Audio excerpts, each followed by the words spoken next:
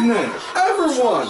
Welcome back once again to Vicious Rants, and of course I'm your host, your YouTube Messiah, and often imitated, never duplicated superstar Tim Vicious. And well, folks, this is actually a first for us because this is the first time we're covering SmackDown only pay-per-view. We are going over Backlash now. Now, here's the thing: they broke it up. They've now extended the amount of pay-per-views they do a year from 12 to 19, which, I don't know, personally, I mean, that kind of feels like they're oversaturating the market. You know, I mean, or not 19, but they've added several additional ones, but either way, it feels like they're oversaturating the market on that, but this was the first test, first dipping the toes in the water, so to say, doing it, and hopefully it, you know, I'm not going to lie, Backlash itself, the show was good. I really liked it. Backlash was in Richmond, Virginia, and we're going to go over, first thing first, the pre-show. One match, yes, that's right, one. One thing I will say that I do credit and like about with SmackDown, it's a 2-hour show, which means they can't stretch things out much like Raw does, but a 3-hour show, and can actually, you know, trying to think, best way to describe it. They condense everything together into one, you know. And so, we don't have to get two mediocre pre-show matches. Instead, we got one pre-show match that was actually put together during said pre-show. Apollo Crews versus Baron Corbin. And the reason on this came to be, Crews was talking to Daniel Bryan, and Bryan said he wanted to see more out of Crews, you know, and then Corbin came in, rocking back and forth, speaking in just 3-word sentences, saying how he's the new face of the company and he's mad that he's not on the show. Basically coming in there doing that. Now I want you to think about on how I just did that and look back and look at any Baron Corbin promo. That pretty much tell me I'm wrong on that part. Yeah, but yeah. Either way, he came in, Crews started getting into his face about it, and then Bryan said, you know what? Why don't you two have a match tonight? And this one, and as far as with this match went, Corbin, he just pretty much grounded Crews the whole time, really. You know, it was pretty much, I mean, the majority of the match was in Corbin's control. He won, end of days, 1, 2, 3. Hopefully, you know, not saying I want to see Corbin go up to the top of the ladder, but I could see him being a solid mid-card guy for now, you know. Now, with that in mind, now let us go to the main show, talking about the pay-per-view. Now, it started out with the 6-pack challenge with the women elimination match. Becky Lynch versus Natalya versus Naomi versus Alexa Bliss versus Carmella versus Nikki Bella. And first things first, I'm going to say right off bat, whoo, Alexa Bliss's outfit. Whew. Man, she came out doing that Harley Quinn look. She pulled off that Harley Quinn look better than a few Harley Quinn cosplayers I know. God dog. And yeah, Nikki Bella came out trying to do like a Wonder Woman thing, and then did. Yeah. Now I know I'm not the only one that thought this, but I know my buddy Darren Dreyer out there on the Twitter as Axel Mulligan. Me and him, we were discussing briefly on how we both felt that if Ava Marie wasn't suspended, chances are this would have been her, that she would have wound up being in this match and won. And much like Mind Savior Paul Heyman said, once before. When there is chaos, there is opportunity, and Eva Marie being suspended is the chaos, and in the opportunity was said winner, and I will get to that in a moment. Really good at building up the anticipation, huh? Anyways, as far as this match goes, it was alright. I dug it. You know, it's biggest pet peeve I could say I had was it was one-on-one pretty much the entire time. Now, what I mean by that is, while it was a six-pack challenge, you know, everyone was in the ring, all grah, like that at first. The ring cleared out like a bunch of roaches, like roaches in a room when you turn the light on. And then it was down to one-on-one until next thing you know, until you'd get a near fall, and then somebody, boom, come in, and then next thing you know, it would be person A versus person C. And then, boom, again. Until eventually until the elimination started occurring. It was confusing. You know, I mean, they don't do that kind of crap with the guys' matches. I don't see on why they should do that with the women's. Yeah, but either way, this was a good monumental moment for the women because, like they said before, it's the first time they did a women's six-pack challenge. So this was it for them. This was a make your mama proud moment. Now, first elimination was Alexa Bliss, you know, which really paid off well because she wound up looking like that. She got that "you've got to be fucking kidding me" look on her, and then just started looking like she was going to go and rip someone's face in two. And then after that it was Naomi, then Natalya, and then the one everyone swore was going to win it, Nikki, because, you know, she may or may not be with, well, yeah, everyone knows, you know, rolling with Cena. But fact of the matter is, she got eliminated, and that was impressive. Carmella wound up eliminating Nikki, and you could tell they're building up a story between them two, which case, I can dig it, you know. No, you know.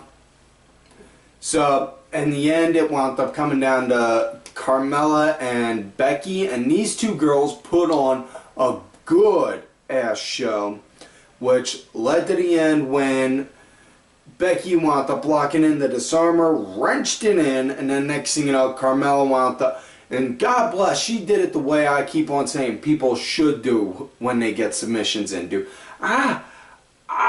Fight for a minute, fight for a few seconds, and then tap.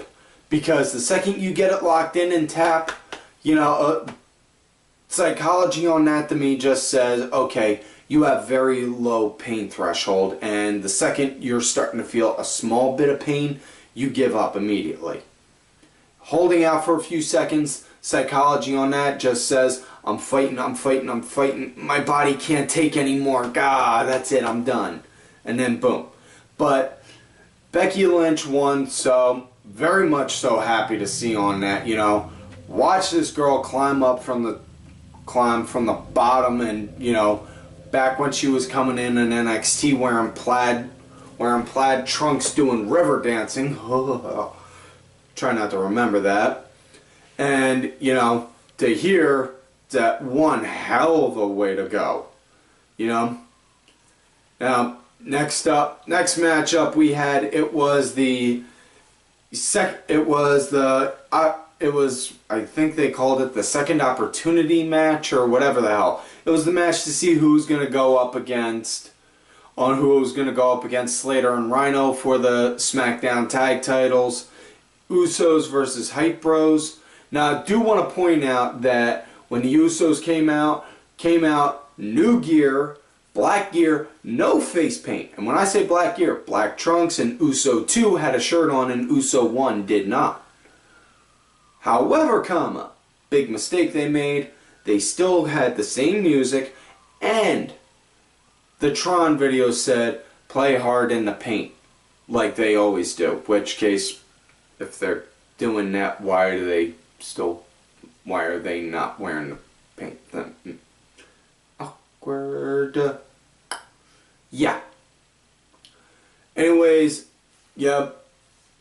Well, yeah, point that I'm getting at is, you go heel, you change your tunes up some.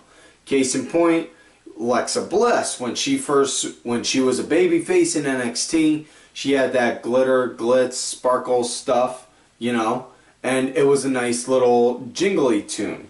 Now that she went heel, now she's got this track, you know.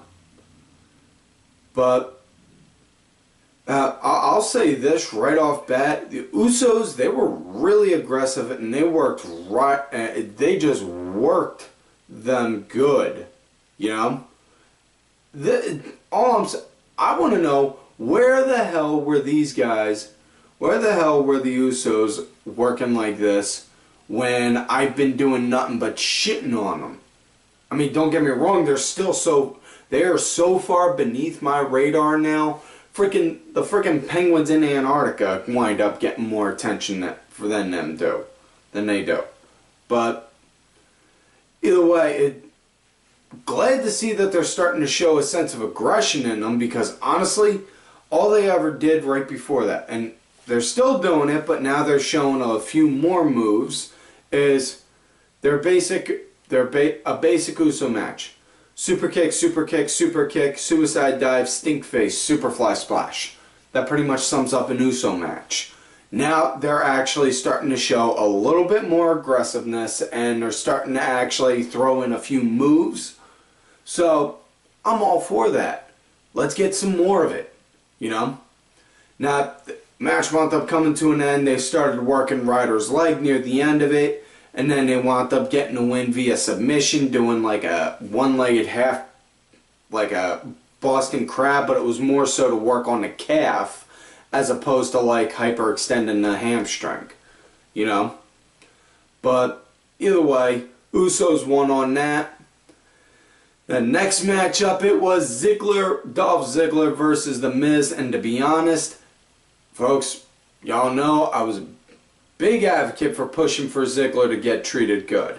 However, he fell in my stats, you know, because of the fact he's really, he doesn't bring anything. All he does is just basically bring out the same one trick, the same set of tricks, you know.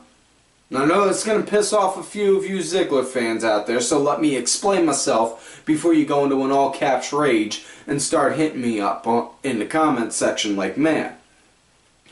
Point that I'm getting at is, when he goes out there, yes, he's a phenomenal, amazing technical wrestler, you know, but he just goes and he works the same type of match, you know. Throw it, yep. I mean, I'm not saying throw in new moves, but I'm saying, instead of just working nothing but technical, you know, show a little bit more of a different kind of way, you know, like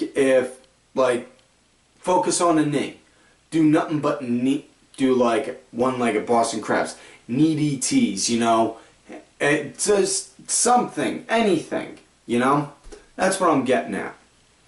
You know, and Miz right now, he is running hot. In my opinion, probably the second top heel on SmackDown. Right now, I will get to the first one in a little bit. But definitely, more so than anything, because of that promo he cut on Talking Smack. And then going off on Daniel Bryan and Ziggler on SmackDown himself. And I gotta fully agree with Miz on this. Ziggler's been nothing but been racking up more losses than wins, and yet he gets the title shot. How's that fair? You know? But I'm just saying, storyline wise, that seems more of an issue to me. Now right off bat, I will say this. I busted out laughing when the match started, because the first few seconds of the match was a complete mock up of UFC 203 when Punk stepped into the ring with Mickey. You know, with Mick and Punk being, keep in mind folks, I'm not much of an MMA guy, but from the but from the clips that wound up popping up on my timeline and I've seen, you know, I can tell you right now, he was an idiot on how he did it, because he just ran in, full head of steam. Next thing you know, Mick got him up, took him down, started pounding him like mad, and then wound up locking in a rear naked choke. And Punk tapped out about a minute or so in. Basic setup that was done right there. Miz ran right to Ziggler. Ziggler picked him up, slammed him down, just started slamming him stupid, locked in a rear naked choke, and then rolled over to the ropes and crawled out of the ring. That was like a, you know, I'm pretty sure Vince and Triple H were like, Vince was like, well, he wants to go and say fuck you to us? Well, we'll show him. Mike, I want you to come over here. Nick, now Nick, I want you to act like Gates. And Mike, I want you to be like Punk and act like a little bitch and get your ass kicked right off bat. You know, in fact, I think that was my first Vince McMahon impression without yelling, God damn it. See, another monumental moment here on the show, folks. Make sure you mark this on the calendars. But anyways, Miz was I was really impressed with this, more so than anything, because the Miz was actually showing a lot of really good wrestling moves. And I mean, like, more so in the sense of he was pulling out moves that Ding O'Brien would do, and just was using them openly, you know. And it was, I really dug it, you know. I would like to see the Miz, that's what I mean by pulling out something different, you know. Miz did that. Think Ziggler should do something like that also. Now, match wound up coming to an end when Maryse wound up coming over near the ropes, sprayed Ziggler with like some mace or something. Unfortunately, Ziggler is not immune to mace such as I am. Let's not get into details on why I am. All I'm saying is I was young and, well, there are a few questionable things of my life I'm not necessarily proud of. Yeah. And next thing you know, couldn't see, and then Miz just came up, wham, hit him with the skull crushing finale, 1, 2, 3. That's it.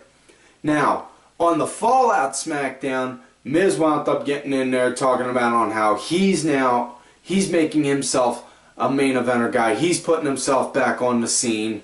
And Dolph came out trying to talk to him, tried to talk down to him, saying on how like his wife wound up giving him the win and all that. And he wants one more match, no valets, no bodyguards, no stunt doubles or any of that. He just wants a one-on-one with them. He said, no, you lost. You have to go and climb your way back up the ladder. Which, for all intents and purposes, that makes sense. And then out comes Ding O'Brien saying, no, we're getting this match at the next pay-per-view. No mercy. So, no mercy, we're getting a rematch. Ziggler versus Miz for Miz's Intercontinental title. Honestly, I would like Miz to win on that one. I'm going to declare it now. I want Miz to win. Because the more he's running hot with this, the more he's putting more prestige back on that title.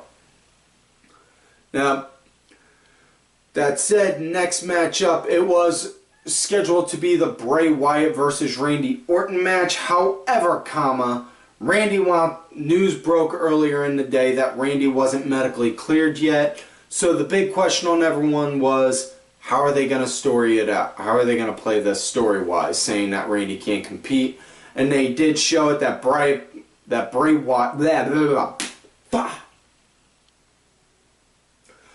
Wyatt wound up beating the shit out of Randy before the match, and then came out, demanded a 10 count, and then they issued a new match, and it was Bray Wyatt versus Kane, no DQ match.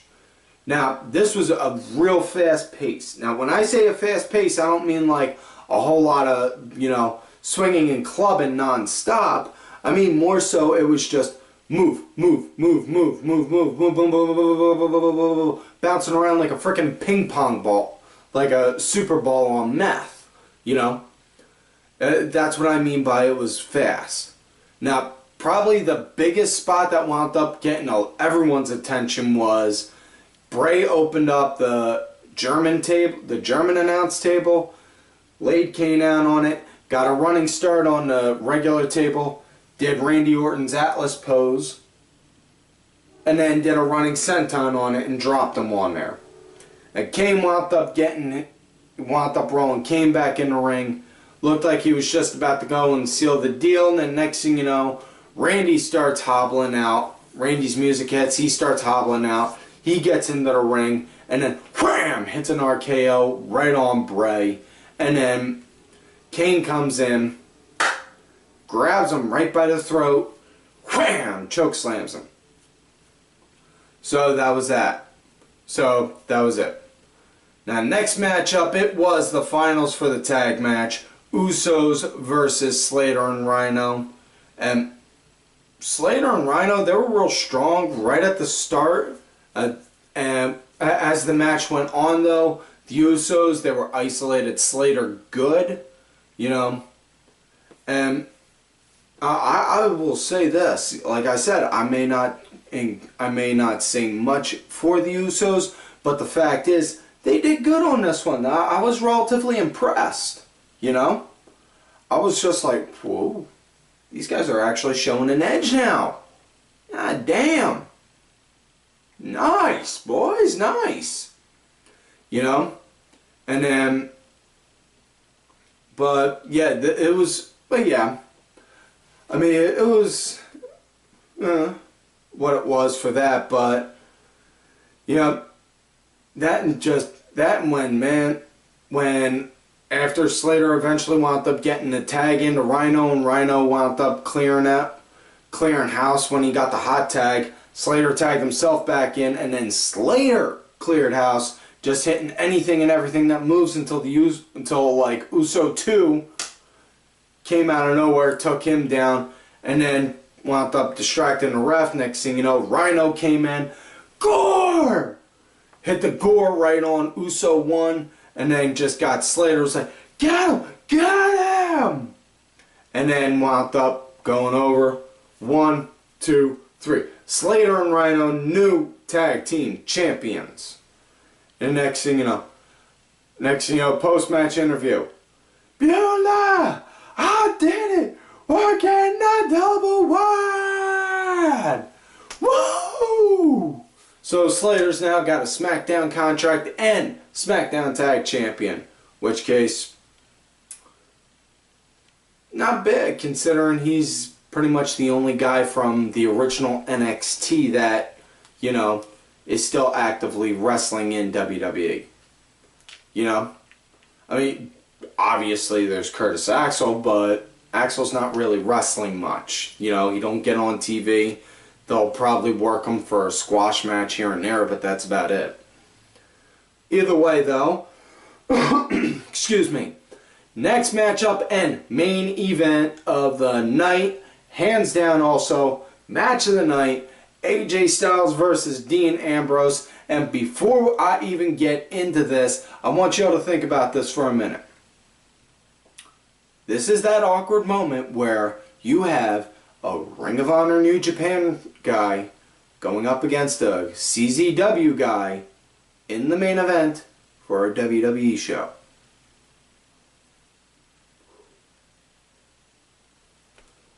Yeah. Now this had nice, good back and forth feel on it. Styles, he was really more so reminding me of on how he worked as a heel in New Japan with that cocky attitude he had. And you don't understand on what I mean by this if you've never seen him when he was working with the Bullet Club over in New Japan.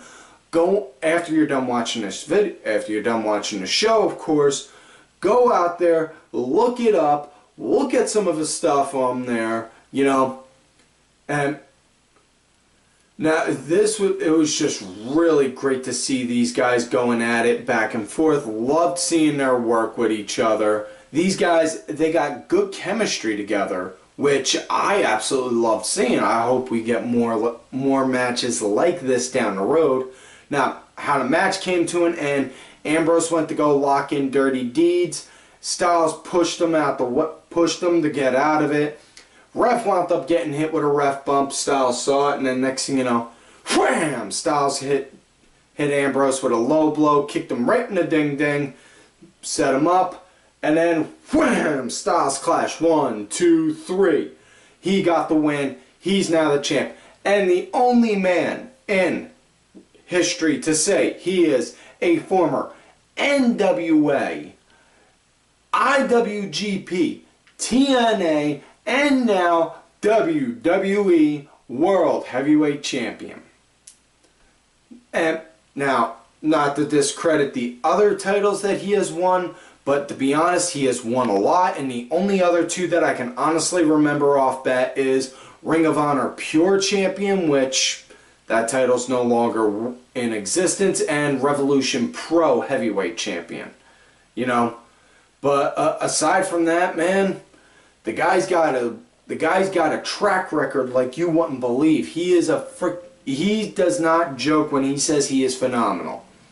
You know, now on SmackDown, he came out, addressed everyone, saying on how he's the face that runs the place. You know, the champ that runs the camp. You know, and then and then of all people that comes out right off bat, Cena. It was Cena. He came out, looked at him, and said, "You got something that belongs to me." Styles said, "Oh, here you go." He gave him the little sweatband that he wore around it, that he's been wearing on him since SummerSlam. "Oh, no, not that. That." And then pointed to the title, said, he wants that.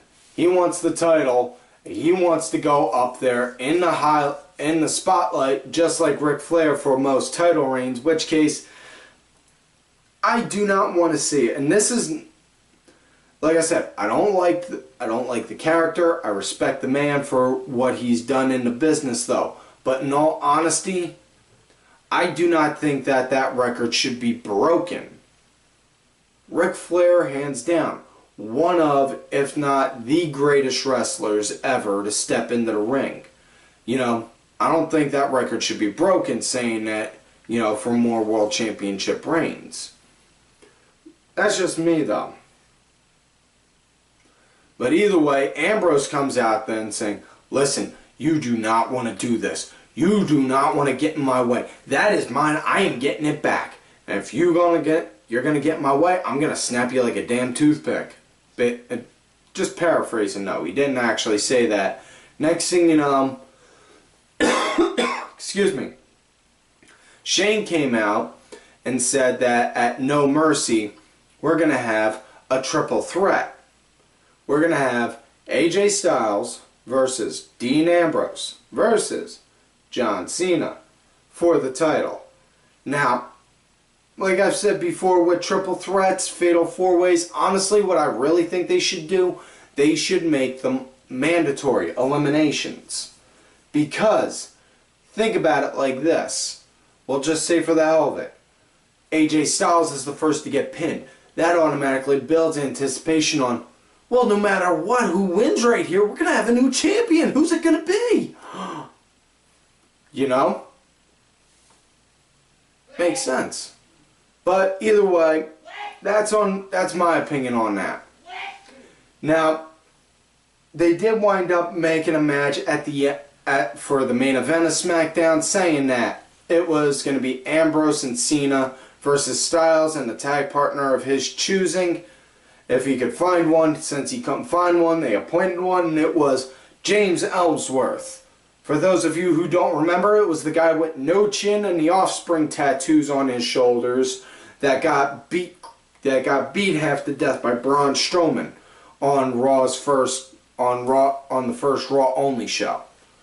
But Miz wound up coming down, beat the shit out of him, and then started working in his place. And at the end of that tag match, Ambrose wound up hitting Styles with the Dirty Deeds.